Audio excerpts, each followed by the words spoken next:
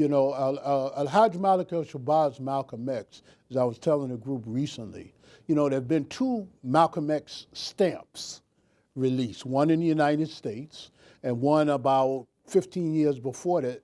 The first Malcolm X postal stamp was in Iran, immediate post-revolutionary Iran.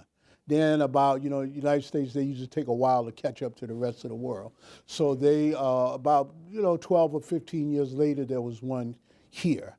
Back in the 80s, I was talking with a gentleman who's an elder of mine, friend of mine, who's Cuban, grew up in Cuba.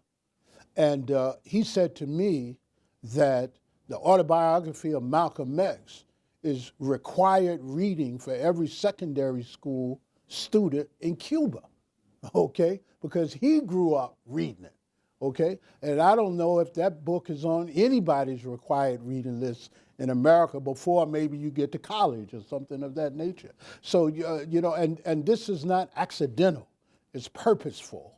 I just about 5 days ago was doing some online research, and I ran across a short video of comments being made by the late Malcolm Latif Shabazz, the grandson of Hajj Malik and Betty Shabazz. And he was speaking to a group in California, to a youth group.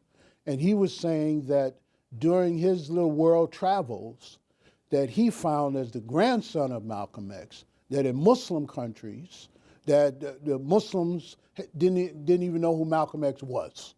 But that when he would go to Europe and go to these other countries, the people there were very much aware of who Malcolm was and is. So I mention these things because, again, not being able to reference history and then cross-link it with current events, what that does is that leaves the people, the masses of the people, particularly the younger generation, open to being manipulated by the powers that be, because they give you a version of what happened as opposed to what actually happened. And then the only link to helping the younger generation to understand what actually happened is elders like myself and older,